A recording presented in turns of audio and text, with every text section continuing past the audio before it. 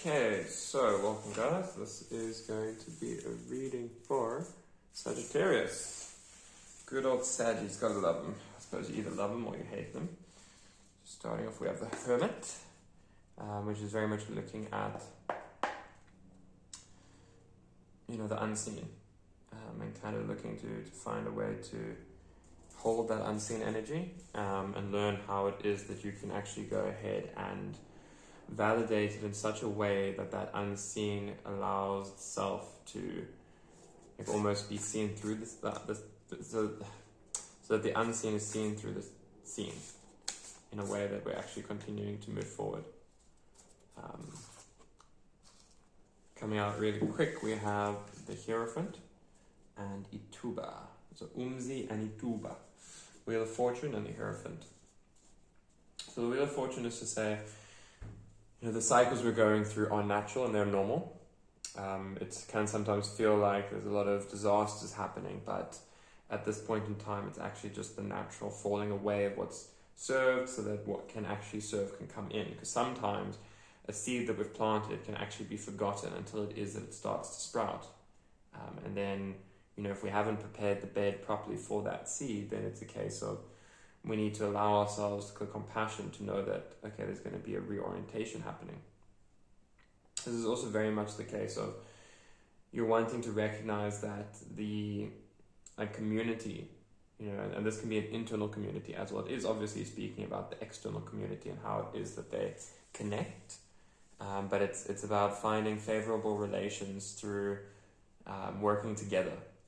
And sometimes when these sort of situations arise, it can feel a bit difficult almost, because it's, where we want to rely mainly on intellect, we're actually needing to rely heavily on intuition as well. And only when we bring both of these elements together are we actually able to then start coming to a space of love. And a reminder that this love is internal first. It's very much one of those that one needs to cultivate within, and it's slow. It's as slow as fast as you want it to allow it to be. But I know that in my journey, it can sometimes be a little difficult to kind of meet in the middle of where it is that I am compared to where I want to be. And that's okay. It's very much allowing the waters of life to move you. And it's very important then to go into water, specifically as big a body of water as you can manage. The ocean is always game number one, or number one winner. This is because of the actual reconnecting cycle that it has with us. When we go into a large body of water that's connected to the tides, to the moon, and to everything, then it is that we are allowing our body to reconnect with the planet, with the cycles, with the seasons. And it's an important way for us to actually hone our intuition, because what we see as intuition is also a cultivated piece of awareness of what it is that's moving through us, as us.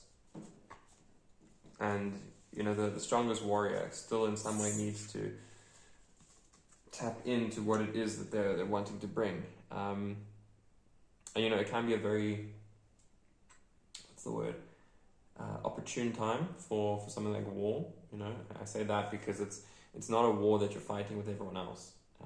It can take that perspective, but it's a really, really important one to actually look at, as the fact is that all the wars you see outside of yourself are in some way perpetuated by the war inside. It is a bit of a difficult time to kind of almost integrate that, and I'm just sitting with that as well, to be honest with you, because when there's fighting, it doesn't matter if someone wins and someone loses, there's still loss. Even if you're the winner, your win is at the cost of someone else. So that's where I find that the foundation of intuition and intellect is important. We need to allow ourselves to listen to the voice inside, the voice of our heart, so that we can slowly actually create communities that really, honor the cycles, that honor where we've come from and where we wish to go. Because it's only by doing this that we're actually able to, acknowledge the sorrow. We're in a very deep time and space of sorrow, as we all know. But I almost have a feeling that no matter what, there's always sorrow, and it's just finding out what it is that we're going to do with these, and not to be so sorrowful that we forget to also see the spark of light that is presenting itself to us, and learning how to like almost take gratitude for where we are, and then slowly looking to move forward to where it is that we can be. And that's an important thing, you know. It's only as we allow ourselves that excitement that we are able to actually then like make forward progress. And it's apt that this comes out with Sagittarius, because you know Sagittarius, they're moving fast. I'm a Sagittarius myself, and the more that we like almost feel that, specifically with what's the word, with our emotions, you know, because we have the passion, we have the fire, and it's amazing, but it does mean that we can burn ourselves out. Currently where I am, it's a very hot day, and it's just this incredible feeling of just like, oh my god, it's just so hot. And it has had this feeling of like burnout the whole day with it, and it's super interesting to kind of acknowledge, because it's kind of just, you know, mirroring the size of that fire within. And that's not to say that people that aren't fire signs aren't going to be really hot and like burned out on the day as well, of course. But it's more just making a parallel that sometimes what's missing is giving ourselves compassion and gentleness, and looking to, you know, kind of create a slow path to allow ourselves to conquer the demons that we hold inside, because we're all holding demons one way or another, and it's a case of we're going to keep coming to face them. And it's only when we realize that the challenge is to move through them in a way that supports ourselves and others. And here we have the Hermit again, Induna. This card's been coming up a good amount, and it's saying, it's got a 3-part like request or bit of homework with it, which is to what unfinished business do you have?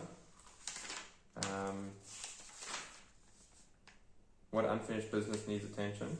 What concerns do you have about time? And start a dream journal.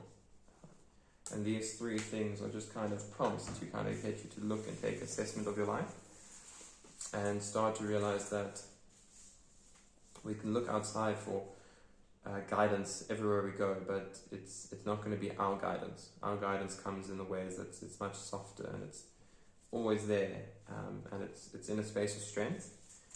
And through that strength, you know, because it takes strength to move through